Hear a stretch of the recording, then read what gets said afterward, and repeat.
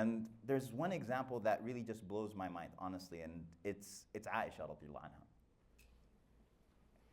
Aisha is the wife of the Prophet sallallahu alaihi wasallam. The Prophet sallallahu alaihi wasallam dies in her house. He dies in her house. And the prophets are buried where they die. So he's buried in her house. Her father, Abu Bakr, dies, and he is buried in her house as well because he wanted to be buried by his companion, Rasulullah sallallahu alaihi wasallam. She's got space for 3 graves. Her husband is buried there. Her father is buried there. She's got space for 1 more. Umar is stabbed. And Umar then asks permission from Aisha if he can be buried next to his 2 companions. And Aisha says, "Today I prefer you over myself. I had been saving that spot for me." And then Umar tells his son Abdullah, he says, "After I die, ask Aisha again. Because right now she might be obliging me because I am the Khalifa. But wait until I die, and then after I've died, then I'm just a regular civilian again.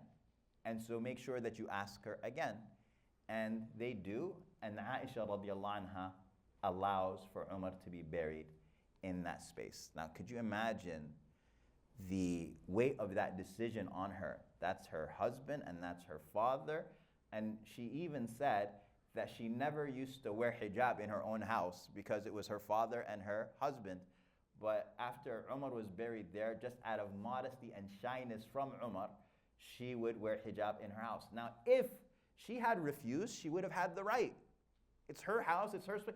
And guess what? For 1,400 years, when the Ummah visits the Prophet ﷺ's grave, we would be saying, "Assalamu alayka ya Rasulullah, Assalamu alaykum ya Khalifata Rasulillah Abu Bakr, Assalamu alaykum ya al-Mu'mineen Aisha." That would have been the routine. We would have all been standing in front of the grave of Aisha and making dua for her and sending salam upon her.